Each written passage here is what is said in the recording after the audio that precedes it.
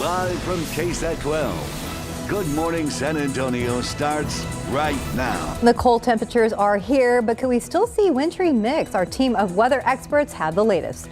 And an update to a story we brought you yesterday. The moment an apartment explodes in the Bronx, New York. The latest on the investigation ahead in your morning headlines. Good morning to you. It is Thursday, January 20th, and we have team coverage as we await possible winter weather here in South Texas.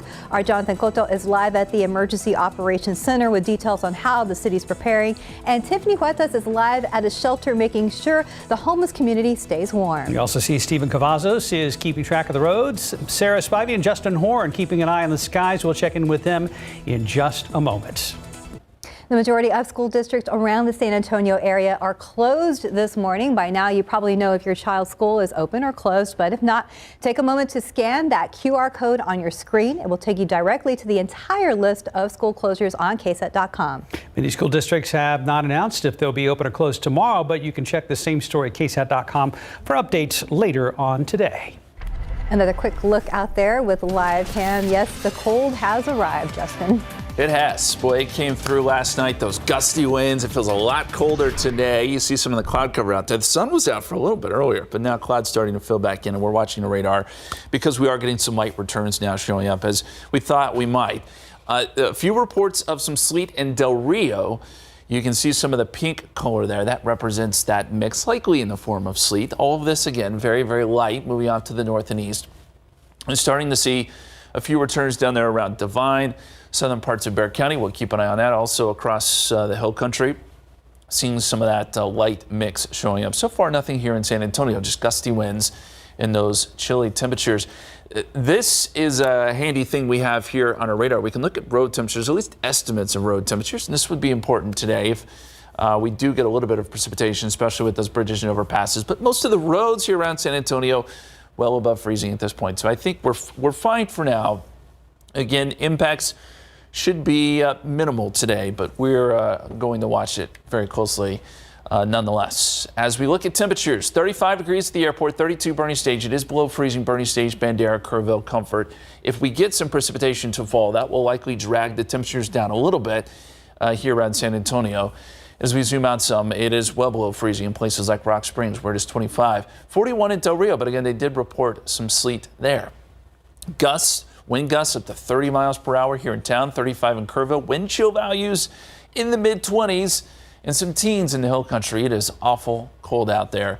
And there's the big picture. We still have some energy that'll be coming in from the west, so we're going to keep that chance of a very light mix in the forecast. Temperatures stay in the 30s today with those gusty winds. Someone who has been braving these gusty winds and cold temperatures this morning, Sarah Spivey. Sarah, what's going on where you are? Hey, Justin, definitely no precipitation where I am. I'm up in Leon Springs right now, northwestern Bexar County, right before you get into the Kendall County line. And the reason I'm in Leon Springs is because it is a little higher elevation up here on the north side of town. One of the areas where if we do see any kind of light precipitation, it's likely to switch over a little bit sooner than downtown San Antonio. Now, you were talking about our road temperature tool that we have. That is key, absolutely vital to keep in mind today, because again, we are not expecting a February 2021 winter storm scenario today. We're really only expecting some light icing possible on elevated roads, elevated surfaces. I've got my handy dandy temperature thermometer here, and you can see this is just a parking lot road. Current temperature there is about 40 degrees, so that is well above freezing. So we're not worried about that light icing sticking on the roads. Instead, let's go ahead and take a look at one of these elevated surfaces that we've got here, like the street sign, for example. So the street sign shows that temperatures are actually about 10 degrees colder on the elevated surfaces than they are on those road temps. And that's why we're more concerned about things like this bridge behind me. This is I-10 at Bernie Stage. That's what we'd be concerned about if we get enough of that icing to reach the ground here in San Antonio. So again, just a situation where we're going to be monitoring throughout the day. And of course, somebody who knows the roads conditions a little bit better than me at the moment is Stephen Cavazos. He's got to look at traffic right now, Stephen. Well, I appreciate that, Sarah. And you stay warm out there. It looks pretty cold. Now, I do want to remind everybody that TxDOT has sprayed some of these bridges and overpasses with brine. That's a saltwater solution that will help prevent any freezing. And they're going to be doing that again later today. Actually, they're already doing it now. But we first want to start with a view here at TransGuide 35 at Randolph. The roads are getting busier now. Let's take a closer look. This 18-wheeler has actually been experiencing trouble out there along 35 for quite a while now, definitely over an hour. We are seeing vehicles that are moving through there pretty slowly, but hopefully we'll see some resolution soon. Let's go ahead and take you to the map and see if we're spotting any buildup there. Right now off I-35 southbound near Loop 410, a slight buildup, nothing too drastic, but stalls have been the trending issue. We have a stall detected here off I-10 westbound at Days of Allah. Let's take a jump down over here to a third stall that just cleared off I-35 northbound at South Cross Boulevard. Pushing out of our map, it's still pretty calm. Not a lot of folks out on the roadways, but there are people there. We're going to continue to watch these roads a little bit closely, and then of course coming up a little bit later in this newscast, we're actually going to hear from TxDOT, hear what they have to say about these conditions. Guys. Thank you, Stephen. Now we go to our Jonathan Cotto. He joins us live from the Bexar County Emergency Operations Center. Good morning, Jonathan. How is the EOC responding today? Good morning, Mark. Good morning, Stephanie. Well, here at the Bexar County Emergency Operations Center, all hands on deck. They say they're not taking anything for granted. And although they're not anticipating any high impact weather situations, they say they are prepared. And that's exactly what takes place here at the Bexar County Emergency Operations Center. They work around the clock to make sure they are prepared, prevent, plan, respond, and if needed, recover from all hazard events. Now, fire officials we spoke to today say there was a lot of lessons learned from last year's winter storm Uri that swept our area last year, and add today is an excellent way to ensure they are active in responding to the community's needs in a number of ways. From this location, they are able to dispatch and respond to emergencies or disasters within Bexar County and the region, and also coordinate relief and recovery operations. Part of their efforts today is making sure warming centers are open and available to those who are in need of shelter. Now, Mark, Stephanie, the EOC reminds the public to protect their 4 Ps. That's people, plants, pets, and pipes. They remind the folks to stay warm, bring their pets and plants inside, and really place an emphasis on fire and safety.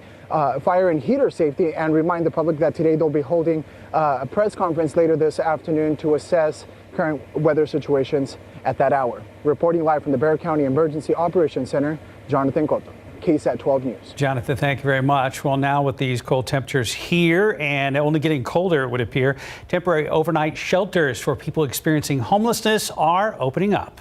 The local nonprofit Corazon San Antonio, located downtown, opened their day center early today to serve as a warming center and to help advise people which shelters have space tonight. Tiffany Huertas joins us live there with more. Tiffany? Good morning. This is the day center where it typically opens around 10 a.m. But today they wanted to help as many people as possible, and they opened up a little bit early, around 7:30. To talk a little bit more about what's happening here, we have Gavin Rogers. Good morning. Good morning. Talk to us about what is happening here at the center this morning. Yeah, so today we opened up a little bit early with the help of Christian Assistant Ministries, our neighbors next door. They provided their SAC meals this morning, and we just opened early because the weather started to drop. We wanted to prepare clients to get them into shelters all over San Antonio. So we have case managers here that can get them into shelters at Church Under the Bridge, at Haven for Hope, and then even our shelter at Travis Park Church that opens up at 6 p.m. What other shelters are being opened today, overnight? Yeah, so there's one at Church Under the Bridge, and that opens at 6 p.m. That's a church on the east side. There's Haven for Hope's winter shelter. There's one at Life Restored Church and a few other congregations. And then Corazon runs one at Travis Park Church tonight and tomorrow night. We've been seeing a lot of people running in here because it's so cold outside. They're so thankful. How is this impacting people that are experiencing homelessness? Yeah, so this day center has been a great success. You know, since the pandemic, we've run it with the City of San Antonio's Department of Human Services. And this is just a place where people can find respite and, more importantly, case management. They get them into the housing list, to get them into temporary shelter, sober living, detox, anything that we can get them out of the elements and into a safe place. This is why it's so beneficial to have a day center like this. Are a lot of people already signing up to the shelters for tonight? They are, yeah. So I think we'll be full at most of those locations. And so we do social distance. So we have to figure out how many are at each location, but that's why we have the day center. We have all data figured out, and we'll provide somebody a warm place to sleep tonight. Awesome. Well, thank you so much for your time this morning. We're going to have more details coming up in the noon show. Back to you guys in the studio. Thank you, Tiffany. Well, Bexar County officials have opened up these 6 warming centers. You can go to the Bexar County Fire Marshal's office or the Leon Valley Convention Center to warm up. We have the full list on our website. The city of San Antonio also has several warming centers. They're on your screen right now. These 4 community centers open today at noon. And if you need transportation to get to any of them, you can call 311. And don't forget, pets also need to be protected. You could bring them to the warming sites in the city. And if you have pets at home, be sure to bring them inside. Don't forget, VIA is up and running today. Hey, here's today's 9 at 9.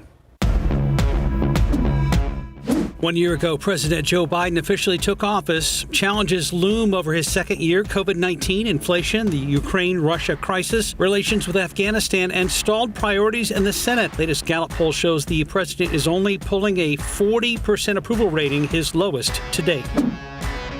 The first flights carrying fresh water and other aid to Tonga arrived early this morning. It took days to clear the runway of volcanic ash left behind by this weekend's eruption. Tonga residents made sure to stay contactless with military personnel to avoid a COVID outbreak. The island has only had a single case of coronavirus since the pandemic began. This morning, Democrats suffering a huge defeat, failing to pass their long-debated voting rights legislation. Every single Republican, including 2 moderate Democrats, opposed changing the Senate filibuster rule. Bills would have made Election Day a federal holiday, expanded early voting and mail-in voting, banned partisan gerrymandering, and made way for the Justice Department to police potential voter discrimination. The House Judiciary Committee will hold a hearing today on the possibility of creating an independent immigration court system. The hearing comes as U.S. immigration courts have hit a historic backlog not seen in decades. The jam is causing years-long delays for immigrants seeking asylum. Pending cases at the end of December reached 1.6 million, the largest in the court's 40-year history. We are still waiting to hear why the FBI searched a Texas congressman's house yesterday afternoon. The agency said in a statement they were conducting a court-authorized search of the Laredo home of Representative Henry Cuellar. The congressman has served since 2005. North Korea said it will bolster its defense against the U.S. and evaluate restarting all temporarily suspended activities. Last week, the U.S. announced sanctions on North Korea, which the country called foolish, saying the Biden administration persists in maneuvers to deprive the DPRK of its right to self-defense. Starbucks will no longer require employees to be vaccinated against COVID-19. This after a Supreme Court decision halted a federal mandate on large employers to require vaccines. Starbucks was set to start enforcing its vaccine mandate on February 9th. One thing you can count on from consumer products giant Procter & Gamble, prices will keep going up this year. The company says increases for everything from diapers to razors will continue throughout 2022, pushed in part by higher costs for raw materials and shipping. Spurs had a much-needed win last night. Final score 118-96, defeating the Oklahoma City Thunder. The Spurs are 17-28 on the season. And that's today's 9 at 9. In your other morning headlines, 2 arrests overseas in connection with that synagogue standoff up in North Texas. And a house explosion in New York City caught on camera. Another social media challenge parents are hoping gets extinguished, and it's like every day is career day at some schools across America.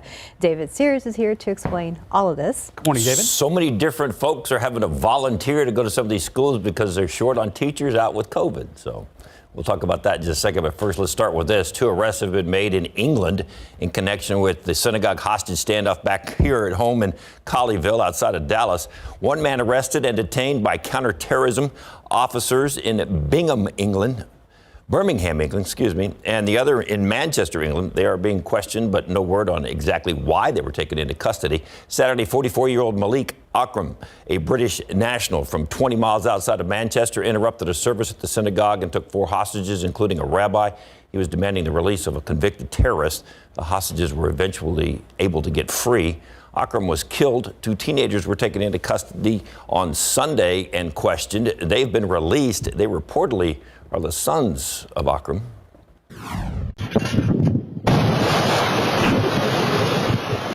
That is the house in the Bronx exploding, debris flying everywhere, and you can see a huge gap in the row of homes It was a gas explosion. We showed you yesterday the police officers rushing into that house on fire and finding and then saving that 83-year-old woman who was trapped under a couch in one of the rooms.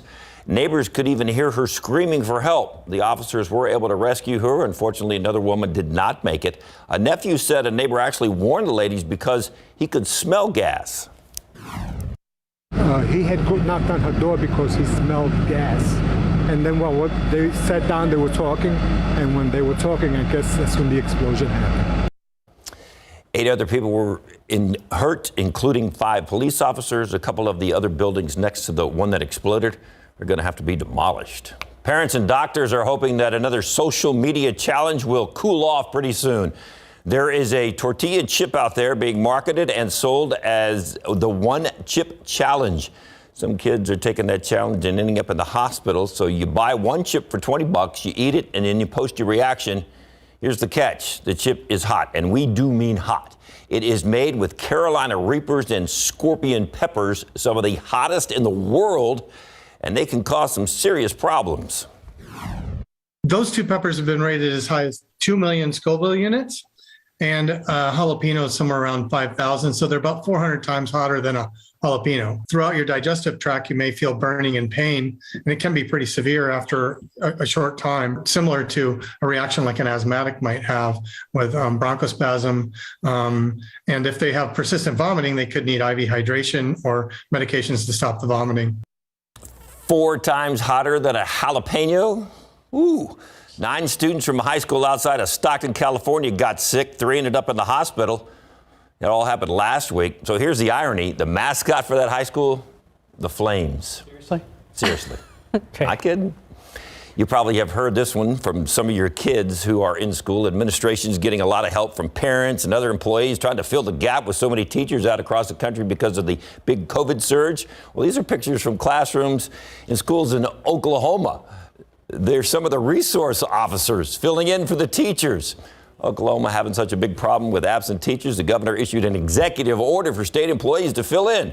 The officers decided to fill in. They're also asking for former substitutes. If you haven't substituted, you can volunteer for other duties. Just need people to help out to keep the schools open. So there you go.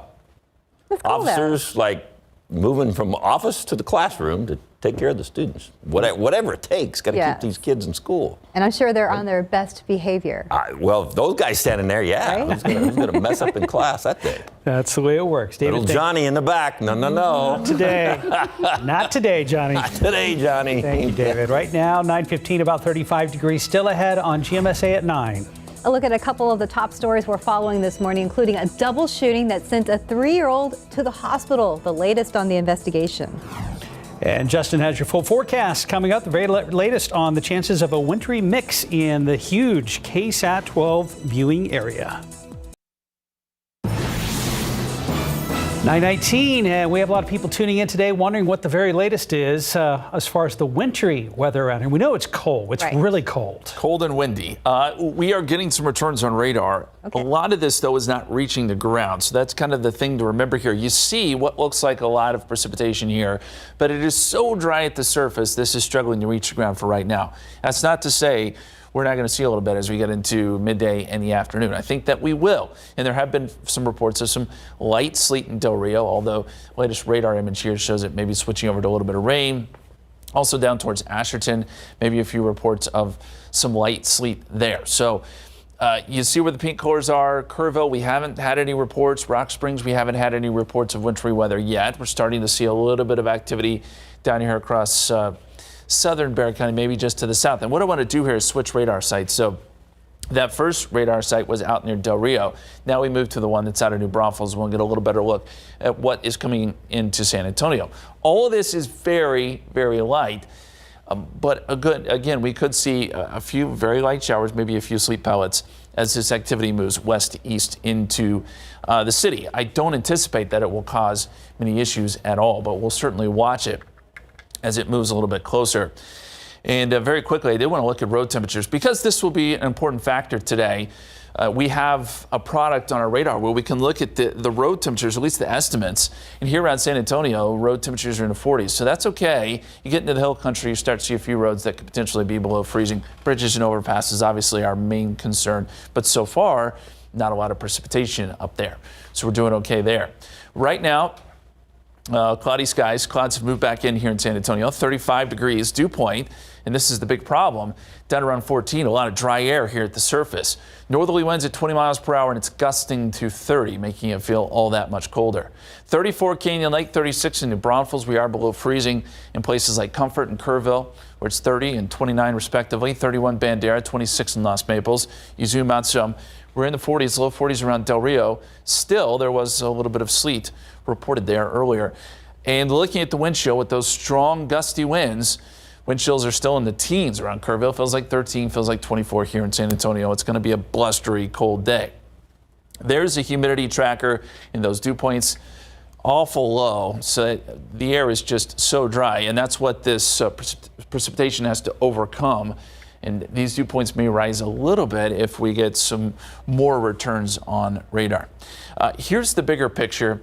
And we still have some energy that'll be coming in from the west, and that's why we're going to keep some of this light wintry precipitation in the forecast through the afternoon. And you can see out across West Texas, some returns showing up there. Same story just to our west as we showed you. And on water vapor, we can see this little twist in the atmosphere. It's right there over New Mexico, and that's got to swing through before we'll be done with this event. Here's how the Futurecast sees it. And through midday, this shows just some light rain here around San Antonio. I think that if we do get some reaching the ground, there will be some sleet pellets mixed in there. And I was just glancing at one of the Transky cameras. Looks like there's a little drop on one of the cameras there. So we may start to see some of this fall. And as we get towards 4 p.m., still showing a little bit of light precipitation south of San Antonio. And I think as we get into the evening hours, this all shifts south and away from us into deep South Texas. Interestingly enough, though, there will be more moisture down here, and they could see some wintry weather in places like Laredo and points south. And there are winter weather advisories to our south for that reason. So if you have plans to travel south into deep South Texas, keep that in mind. By midday tomorrow, clouds begin to clear out some, and we get some sun by tomorrow afternoon, which will allow those temperatures to come up, warm up, if you will, into the 40s. There is still a winter weather advisory in place. Again, I expect impacts to be fairly minimal today. Bridges and overpasses would be a concern if we do indeed get some precipitation to fall, and we'll watch very closely when and if that falls. The day planner here will go mid-30s today, very light mix, noon through 2 p.m., 4 p.m., and then tapering off this evening. We'll still get those gusty winds all day long, 10 to 20 miles per hour. Extended forecast. Slow clearing tomorrow with clear skies Saturday morning. We'll drop back down into the 20s. So a couple mornings here where we're below freezing. 51 Saturday with increasing clouds. Sunday looks like a pretty gray day, and we may get some showers late in the day and then overnight into early Monday. There's actually a decent chance to see some rain, which is a good thing. We need the rain. 56 on Monday with some clearing late. Then we're back in the 60s on Tuesday before another front moves in and cools us down slightly into Wednesday. So a lot there in the 7-day forecast. But of course, today is the day that everyone's, watching very closely, and we'll be doing the same. Minimal impacts. That's kind of what we're hoping for today, guys. I hope so too. I mean, I hope none of it happens, but right. Precautions were taken, and I think that's prudent. Sure. All right. Busy day for you, though, Justin. Yep. 9:24, about 35 degrees. And still ahead on GMSA at 9, a look at a couple of local top stories that we're following this morning. Top stories we're following today. New this morning, 2 people in the hospital with life-threatening injuries after a drive-by shooting. One of the victims, a 3-year-old child. It happened around 9:30 last night on the west side on Morema Street, not far from Kesterville Road and Highway 90. Police say the 3-year-old and a 22-year-old man were inside a house when someone in a vehicle drove by and opened fire. Both were taken to the hospital in critical condition. So far, police have not made any arrests. Also new this morning, a separate shooting on the city's north side sent one woman to the hospital. Happened around 11:30 last night at the Summit Apartments on Larkspur near Phil Hardberger Park. Police say the woman in her 20s was shot by a man after an argument. The man is still on the run, and the woman was taken to the hospital and is doing okay. New here on GMSA at 9, a gunshot victim who died over the weekend has now been identified by the Bexar County Medical Examiner's Office. Police say 34-year-old Aldo Irby was shot and killed in an open field behind a Walmart on Nacogdoches Road. The shooting happened just before 1 a.m. on Saturday. When police arrived on scene, they found Irby with a gunshot wound. He was pronounced dead at the scene. Witnesses tell police they saw two people get into a white Ford F-150 pickup truck. No arrests have been made so far.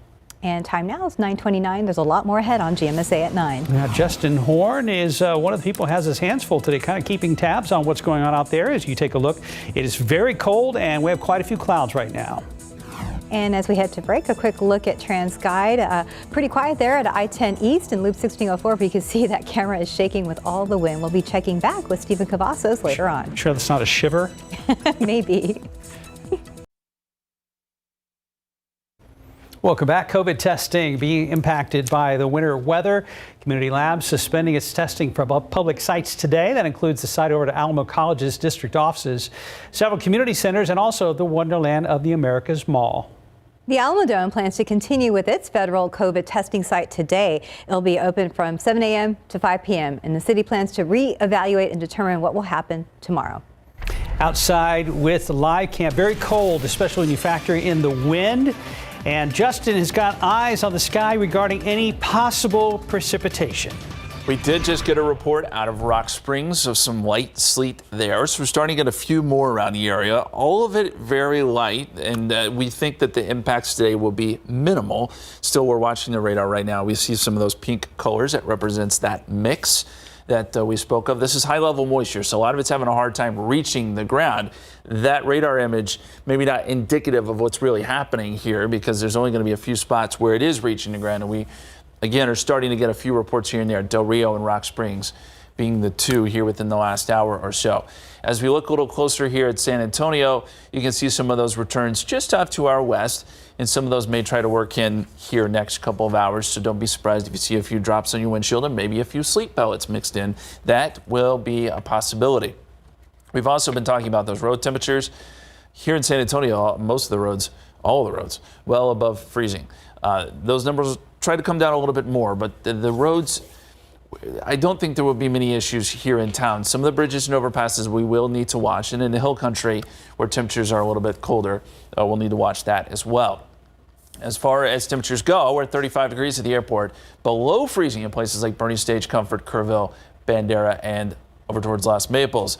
30s and 40s as you go further south, 40 in Pleasanton, 42 in Cotulla. And there's a look at the wind gusts gusting now 30 to 35 miles per hour. So the wind is still blustery, and that's contributing to a wind chill in the mid-20s and even teens up there around Kerrville and Rock Springs. It is certainly cold out there. Here's the forecast. A very light mix in the forecast through about 4 p.m. and we'll see things taper off this evening, but it stays very, very cold. Meteorologist Sarah Spivey has been out in the cold and those wind chills, probably in the teens where you are. That's probably what it feels like, right, Sarah? You know, Justin, that's exactly right. And you and I were chatting a little bit earlier about the fact that, you know, a few sleet pellets are entirely possible in San Antonio, but this is going to be such a low impact event for us in San Antonio as far as wintry precip is concerned. But I'm sitting here with 5 layers of clothes on, and it's cold. I am freezing, and the reason for that is because of these wind chills. I've actually got a handheld weather station here. You can actually see the fan from that captures the wind speed. What you're looking at here is the wind chill value, and honestly, at the surface here, wind chills are anywhere from 20. I've seen it get as low as 21 degrees to where it is right now at 27. But anytime we get a strong gust like we're getting right now, you can see how that number just plummets. And so that is kind of the biggest impact I think that a lot of people will feel today is the cold. It is just frigid out there. In fact, I started the day with my KSAT ball cap, and I said, putting the beanie on, gotta protect the ears. But yeah, the wind chills are definitely the things that we're most concerned about. If we do end up with some sleet pellets, we'd be more concerned about the bridges and overpasses. I'm in Leon Springs right now, so that's I-10 over Bernie Stage. That's what we'll be concerned about if we get some of those sleet pellets. But again, the wind chill, it's cold out here. Okay, I'm going to go ahead and toss it to Stephen Cavazos. He's got to look at road conditions. Stephen, I'm guessing things are okay out there. So far, Sarah, you're looking pretty cool yourself. Thanks for sharing the science of it all. Let's take a look right now at the roadways. We still have this stall that's been there for quite a while off 35 at Randolph, and you can see it doesn't look like much has changed from this TransGuide shot. We do have an 18-wheeler that's been experiencing some sort of issue that's led to a slight slowdown, I would say, off 35 southbound. You can see that's there right near Loop 410. We have a little bit of orange that's building out there, and stalls have been the trending problem throughout the morning. Thankfully, those crashes have been pretty much non-existent. If so, they've cleared out rather quickly. Let's take a jump over here. I-10 westbound at De Zavala, a second stall, and that third stall still detected right there at I-35 northbound at Cesar Chavez Boulevard. So as you can see, that is a trending problem at this hour. Now, I did get a chance to talk to TxDOT spokesperson Laura Lopez. Hear what she had to say for drivers if they have to head out in the next few minutes. Just have a plan in place, and don't be in such a rush to get to your destination. Make sure that you have enough time. Safety needs to be everyone's priority. Keep in mind that yesterday we did see crews that were out there that were spraying brine, that saltwater solution that's out on the roads in some of those areas. They're going to be hitting those spots already, so that is a process that usually lasts up until 5 in the afternoon. So TxDOT is also asking that drivers be courteous of those crews, give yourself plenty of distance, because this is going to take quite a while to get that brine out on the roadways, but hopefully it will make a difference for drivers out there. Well, it's funny that you say that, Stephen. TxDOT, probably some of the hardest working folks in our area right now. Sure are. Yep. All right, shout out to them. Great job. Thank you, Stephen. Thanks, guys. And the silver and black, yay, get back on the winning track. Yay, David is back with RJ to talk about a much-needed win for our Spurs. Guys, we need your yay, too. Feels good. Feels good. Here we go. Yeah. Did you watch Race for Safes back on. Oh, man, I can't believe I like that positivity. Yeah. I did watch the entire game, David. Yeah, I mean, hey, the Spurs played pretty well, start to finish here. You know what you noticed last night watching this thing is, remember how Pop even said he was going to have to adjust and they were going to have to start running because they got all these young legs? Last night they actually got the ball up and down the floor. I mean, look, they got the ball up and down the floor fast last night. They were that's coast to coast right there, just about. I mean, that's, usually they're slowing it up, walking it down, and going through the whole routine. And last night, man, they were like not wasting any time. Like, put it up, baby. And we're talking about this guy, DeJounte Murray has had an incredible season up to date here. We have some pretty interesting stuff when it comes to his triple doubles. Right, David? He's obviously the league leader, one of the league leaders. He has 6 triple-doubles already this season. 6. The rest of the league has 6. So that's pretty impressive right there from DeJounte Murray. So if there was ever any question as to whether or not he should be in the All-Star game, I think he's answered it. Doug McDermott had a pretty good game last night, by the way. Yeah, Doug McDermott did. And so did 20 points there. Drew Eubanks coming off the bench in a big way. This play was amazing here from DeJounte. Under the legs. But back to DeJounte. So he's got 6 triple-doubles. He has only been in the league. He's been in the league 6 years, but he missed the year with the injury. Yeah. He's been in the league 5 years, and he's already got 12 total, and that puts him like 52nd, tied for 52nd on the all-time list. The leader on the all-time list is Russell Westbrook. He's got 193. So DeJounte has a little work to do. He's got a little ways to go. He's only 2 away from David Robinson, who has the Spurs all-time record of 14. So he's got 12. Yeah. In just basically 5 years on the court. That's amazing. Assuming DJ stays healthy, I think he's going to probably break that record here. Again, only 2 triple-doubles away from David Robinson's Spurs record. And David, actually, DeJounte talked about sort of his mindset as far as this season's come along, and then Coach Pop doing a little politicking for him afterward. Ooh. It's a process, a lot of us was put in situations this year and getting opportunities to finally, get to play. We're used to having vets around, and, now we're a young team, so everybody's, just getting opportunities. Like I say, after every game, he's playing all-star basketball, and he'd be in consideration if we had a better record. Just growing by leaps and bounds in every way. You tell him, Pop. Totally agree. However, if the coaches are paying attention when it comes time for the coaches to make a pick or two, hopefully they'll look at what he's done so far this season. Even just forget the record and just look at what he's done on the court. That'd be nice. Yeah. That would be nice. And I think if I had to make a bold prediction right now, I think he will get. Well, you already said race for say, so your bold predictions are not even. Can't count those. Well, this is more of a serious bold prediction. Right. Oh man. I think that he will get in. I think he'll be either the 11th or the 12th guy in there. There's some injuries, to some guys in the Western Conference. So I do think DeJounte's got a good shot here. But the fans also need to kind of vote for this guy. He's been falling behind there when it comes to the fan voting as well. Here's the overall thing, though. As much as he's improved and as much as we love the fact that he's getting all these triple doubles, they got to start converting these great games for DeJounte into wins. I mean, it's nice to have all these numbers. It's nice to have all these stats. But when you're still, 12th or 13th or 11th in the West, you got to start turning those great numbers into victories. So and that's the one that counts. And I think he would agree. I think he would say, definitely. I can have all the numbers I got, but as long as that L shows up, it doesn't mean a whole lot. Well, it started last night. It did. There we go. Well, here we are. We're back on that race for. I'm not even going to say it. Good thing is that the Spurs are healthy, it seems. They got all their guys back. It's the first time they had their full rotation back. Obviously, Bryn Forbes is on his way out, but Trey Jones is now back in the fold. So, and we should be hopefully getting Zach Collins here pretty soon. That'll be a nice, an interesting addition. So we'll see what we can make. And they play tomorrow night. And then, of course, I think February 4th is their last game before the All-Star break, which they could probably use and have a few practices, take a little break, get some rest, and then get ready for a push and see if they can get into that, at least that 10th to 8th spot. Right. David, tomorrow, Brooklyn, Patty Mills comes back. So does LaMarcus Aldridge. Wow. LaMarcus unretired. So Kevin Durant is out, though. KD is out. So but they still got Harden. Kyrie, I think. Patty Mills. Give him a towel and let him sit on the end. Let him sit on the end of the bench. Just give him a towel. Don't let him on the court. Just give him a towel. Don't let him hurt us on the court. Just give him a towel and let him wave the towel. That'd be good for Patty, for us. We miss you, Patty. Yes, we do. I know. Come back. Getting a little emotional. RJ, David, thank you guys. Right now, 9:43, about 35 degrees. You're watching GMSA at 9, and there's another look out there with a live cam. It's here. We're talking about the cold weather. We'll be checking in with Justin soon. Just about 9:47. Yeah, very, very cold out there, and I guess it's going to stay like that all day, Justin. It will be cold and chilly all day long. It's amazing to think about that yesterday at this time we were in the 70s or close to it, and we warmed close to 80 yesterday afternoon. Big changes last night. Cold front blew through, gusty winds, had some gusts close to 40. We're still seeing some breezy winds, and this is the radar, the latest of what we're looking at here. And you notice some of these pink colors.